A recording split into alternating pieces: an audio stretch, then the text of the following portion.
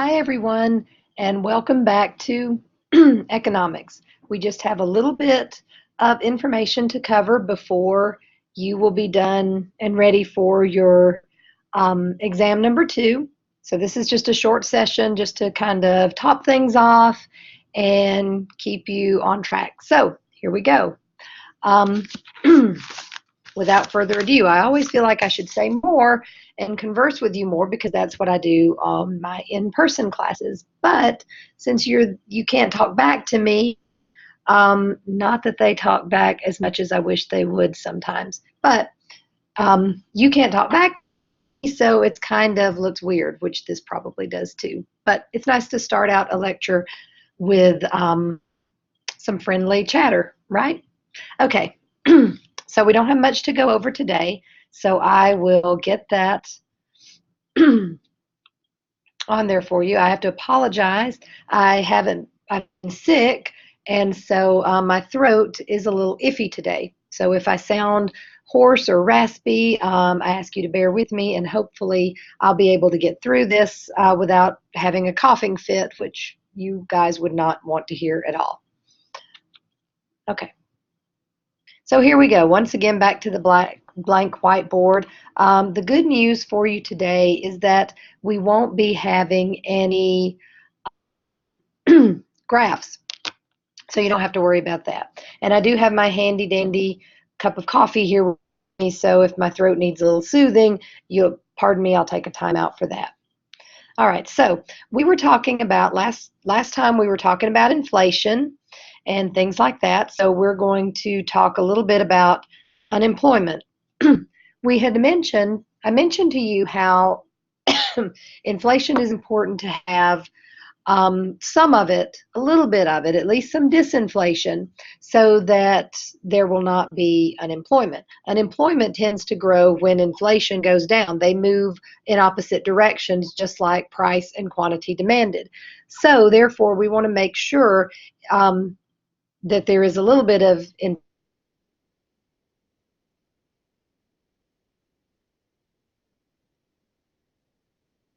start with unemployment. I'm going to give you a few definitions, and these are some things that you have probably heard before, and whatever you're thinking they are when you hear them, you're more than likely right. Can't see inside your mind, so I can't say that for certain, but you are more than likely right. But let's just clear up just in case you're not right, because hey, it happens to the best of us. So first, labor force. Now, you've heard that word mentioned, that term mentioned many, many times, I'm sure. And the labor force consists of individuals 16 and over who are working or looking for work. Now, I always have folks ask me, why 16? Why is it not 18? Or why is it not 15? The truth is, I don't really know. This definition was formed when they started keeping track of the labor force way, way back, early 1900s, possibly even before. And so this is what they went with. I think that the actual age 16 was established somewhere around maybe in World War II-ish or somewhere along in there, World War I, something like that. It was done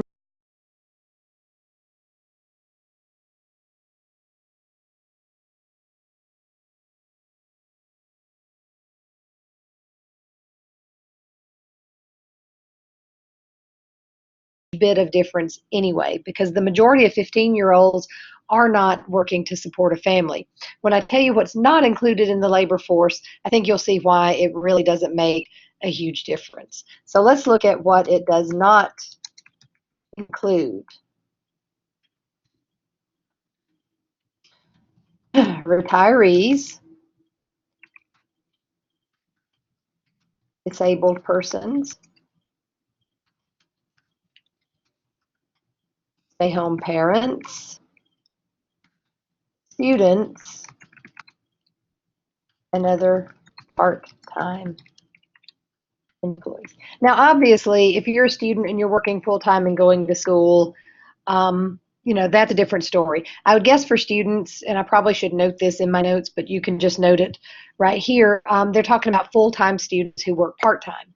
That's not included. Full-time students, unfortunately, it's not considered a job. Now, just in terms of how much time it takes, that it is a job, but you don't actually get paid to do it, not in a salary per se. You do get paid later in the sense that you're making yourself more valuable, you're investing in your future. Okay. Now, also important to discover, we've got the labor force, but we also like to, when we're trying to see what's going on, we look at the labor force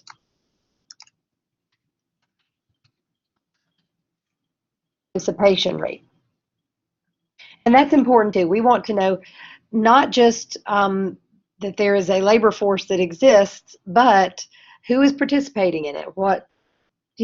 Let's kind of compare some numbers here to see if that can give us any more information. Because one of the biggest things that's concerning to people is if they want to know about the labor force. How many people are working? How many aren't? Do the people who want to work have jobs? Things like that. So let's look at the labor force participation rate. And this is simply you calculate the labor force as a percentage of the entire adult population. Okay, so labor force is a percentage of the entire adult population. So, for example, and something also, just a little side note here, something that might interest you, people who are jobless for over 1 year are likely to drop out. So when you're looking at it, labor force as a percentage of the entire adult population, it gives us some numbers to work with. It gives us some numbers in terms of, are these people, they take a look at who are 16 and under and all these things. So you can put all these numbers together and make an algorithm and come up with some information that's helpful. We're not going to do all of that because this is a principles class, but just know that those are calculated. And at one point it was, and I'm saying that at one point, I'm keeping this in case the numbers change the next time I use these recordings to help out students. But at one point, it was 63.6% was the labor force divided by the adult population, the participation rate. What that means is, interpretation is that 2/3 of the adult population are also in the labor force, which means 1/3 of the adult population has stopped looking for a job or is not looking for a job. Does that mean that they just couldn't find one, or have they joined one of the groups up here that's not included? Perhaps so. And of course, more information is needed to get any sort of interesting numbers, anything we can work with. Now, this I'm going to tell you just for your own information, something interesting, because people always ask me when we're talking about the unemployment rate. The unemployment rate, when they're trying to figure out what is the unemployment rate, people always say, well, how do you know? How do they figure that out? Do they just call up folks and ask them if they're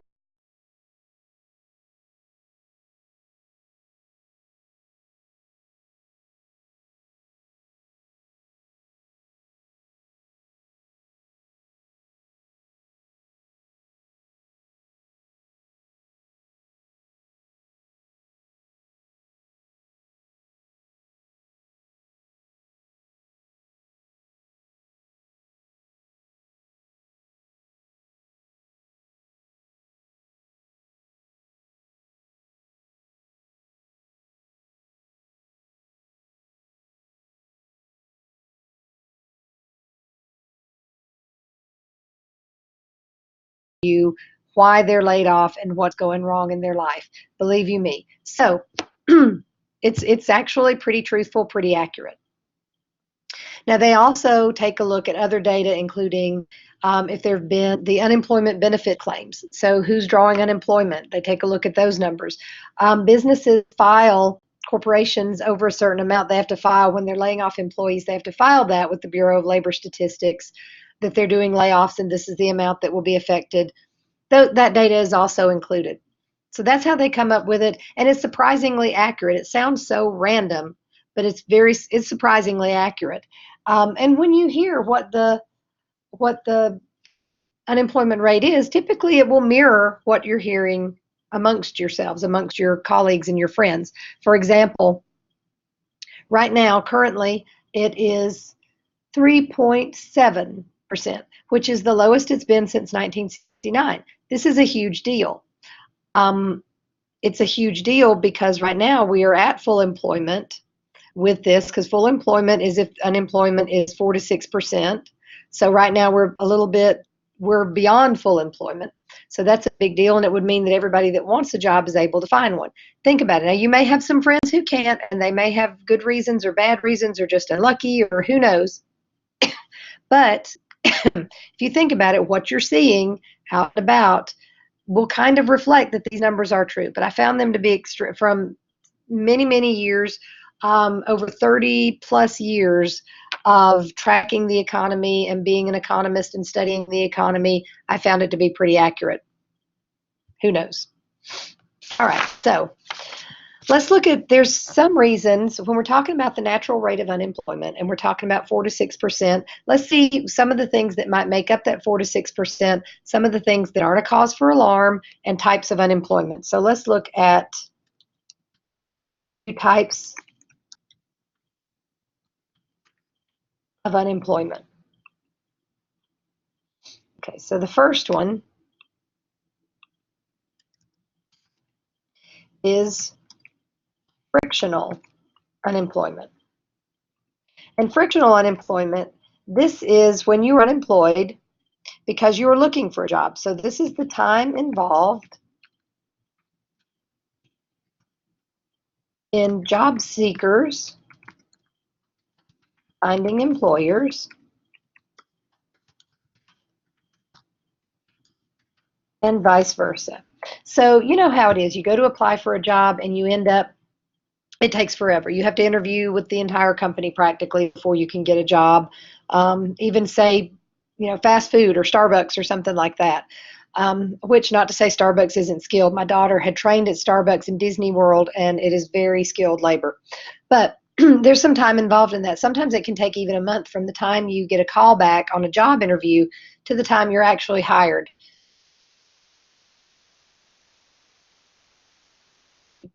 And until that job kicks in, if you're drawing unemployment, you can continue to do so until that job kicks in and you get a paycheck. So you are frictionally unemployed. Sometimes people may take some time off deliberately when they're about to start a new job. I've done that before. Fortunate if you're able to do that. And that also makes you frictionally unemployed. Technically, I'm not drawing a paycheck at that time, so I was considered unemployed. All right, frictional. Seasonal. This one's a bit easier, isn't it? Well, this is when there is a fluctuation in demand for certain labor during the year. The most common one, other than mall Santa Clauses, the most common one is construction workers. Now here in Georgia, it's warm enough you can, you can building on, construction goes on all year long, but in some of your colder climates, not so much. So it's something you just have to keep in mind. Those are seasonally unemployed. Most people in those industries, they plan for that, so it doesn't bother them, when they're unemployed, or at least they've saved for it so they can still pay their bills, or they pay their bills up ahead of time so they don't have to. But most people who are in those types of industries do plan for it. And if you're in one of those industries and you don't plan for it, start planning for it. Structural is the next one. If you are structurally unemployed, it's when there is this one's a little bit different. It's a little bit more cause for alarm. The first two are just things that happen. It's things that are usually can be planned around. This one is a little bit different. It's reduced demand for certain labor due to market changes, such as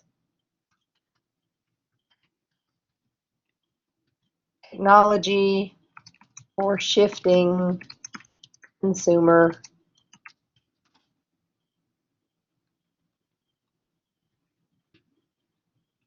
Almost. I need one more word. Preferences. Okay, so reduced demand for certain labor. So if the market changes and a product is no longer viable, or if there is technology that's been replaced by technology, a lot of jobs have been replaced by robotics, things like that, or online bill pay has replaced a lot of banking, a lot of members of the banking industry, or even the post office is struggling because of things like that, because of email and online bill pay and different things that normally would cause people to use the postal service more. Shifting consumer preferences. There was a movie you might have seen called The Internship with Owen Wilson and Vince Vaughn where they were watch salesmen, and is that people stopped buying watches a lot. So there was a reduced demand for watch salesmen in that sense. People were looking at their phones. So those are structural. Now, the thing with that, the reason why that's a sort of cause for alarm, but not necessarily, is because it's the person just has to retool and retrain, just like they did in the movie. It's a good movie if you get a chance to see it, but they have to retool and retrain. That could mean someone's unemployed a little bit longer. It could also mean it's hard for them to find a job in the meantime because they're trained in an area that's no longer, there's not a high demand for that labor anymore. So that's why that one but it doesn't mean that they're not going back there, that they can't find something else or even some version of what they were doing before. Cyclical is the next one. And cyclical, this is when unemployment, I'm abbreviating unemployment with a UE, increases during recessions and declines during expansions. Makes sense, right? When the economy is doing well, then unemployment's going to be low. When the economy is not doing well, it's going to be a little bit higher.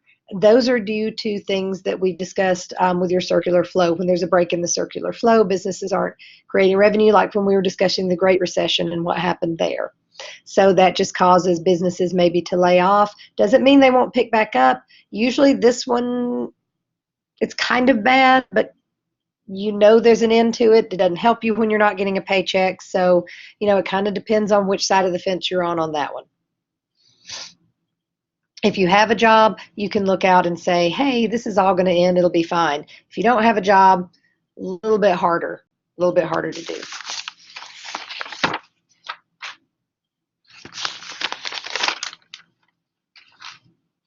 Alrighty. So that gets us through some of that. Okay. So it's another thing, it's important to know, or it's good for businesses to know. They want to know when they give you a raise, how is that going to translate back into more spending? Government also wants to know, and economists would like to know, that if income levels are going up, how is that going to affect GDP? Now, you know it will, right? Because when income levels are going up, folks have more money to spend, and that's going to mean greater consumption, leading to greater investment, so on and so forth, and higher GDP. So we know it's going to affect the economy. It would be nice to know how much, right? So we calculate something called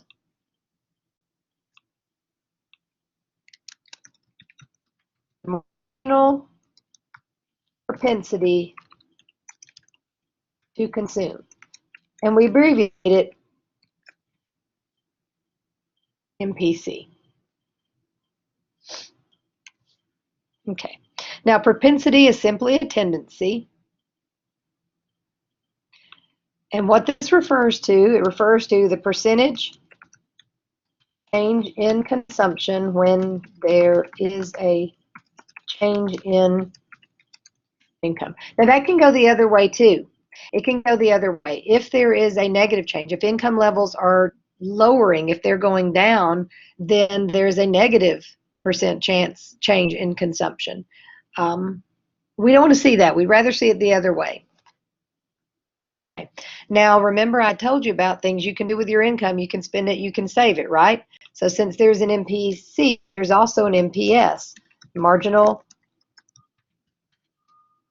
propensity to save. And it's the same as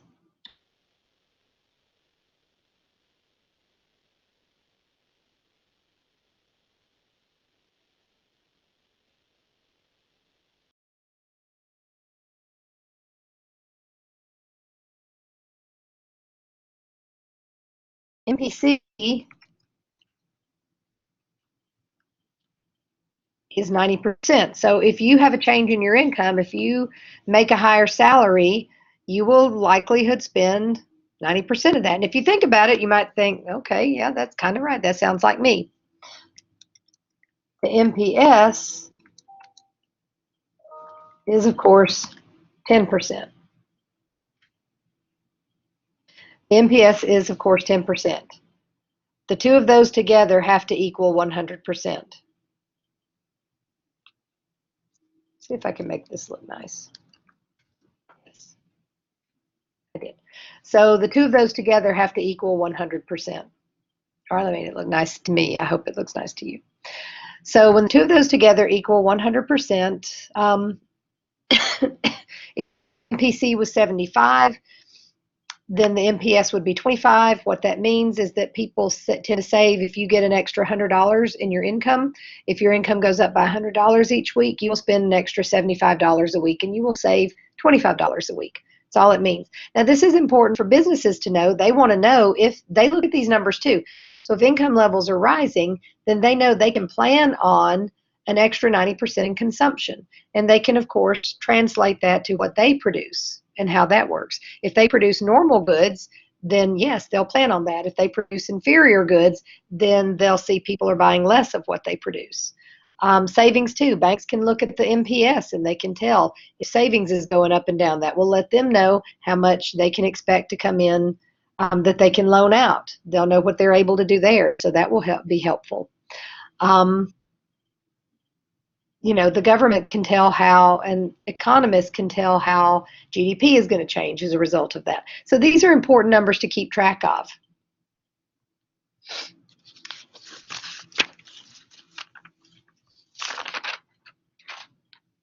All right, and finally, there's one other thing that I want to tell you about, and we will be done with this one.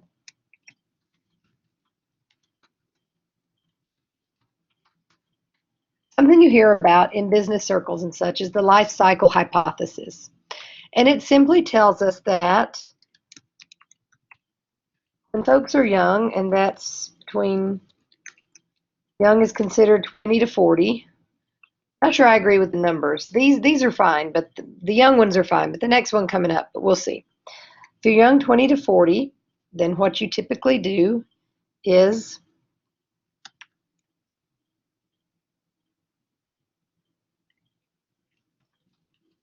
you borrow. Now think about it, that's true, isn't it? You are in college and you may get student loan debts. You start out at a starting salary. It's not very good. You buy a house, you get married, start a family, or don't get married and start a family, whatever. But either way, you're doing a lot of things that require money you don't have, so you're borrowing to get that. You're also very heavy duty consumers. I don't care what the numbers are telling you, this age group is a very heavy duty consumers. Now my age group, this is me, middle age, and this is between 40 to 60. Between 40 to 60 is middle age. And in this group, this is what you have, where you have what I call your oh crap moment, because you wake up one morning and you're 40 and you think, oh crap, haven't saved enough for retirement, or I haven't saved enough, or I have too much debt. That typically happens right about the earlier stage of middle age. And what these folks do, pay off and save aggressively. So their MPC, MPS might be a little bit different, right? They may try to do that 25% and spend less when they get an income, or when they get an increase in income, they may try to save 100% of that increase because they've got some ground to make up. So so that group is just really, they're not necessarily consuming as much. Now, on the other hand, there are parts of that group that, now when we're talking about, there's some on that group that's making more money, and they may actually start to enjoy the fruits of their labors and spend more. But this is just an average, okay? And then the senior age group, which is 60 and up, and that's the one I kind of take issue with, right? Because the closer I come to age 60, the more I might take issue. But then again, I don't really care. It doesn't bother me to be called a senior adult. But with this group, typically does draw down their savings. So they're spending, but not as much because they're losing a lot of their ability to earn more. So they have to be very careful with that. So if you were a business, who are you going to market to? You're going to market to this group right here, aren't you? This is the one. So you're going to market to that group more. So if you think about the ads you see on TV, you can see that happening. They market more to that group. Just a little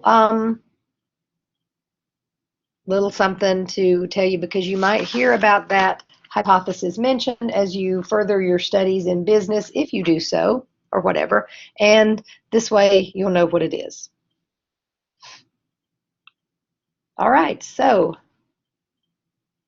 okay, so that's it. So that's just a small amount of what we needed left to finish up. I hope good luck on your test. And as always, if you have questions, please feel free to email me and I will get to those as soon as I can. Have a great day and see you next time.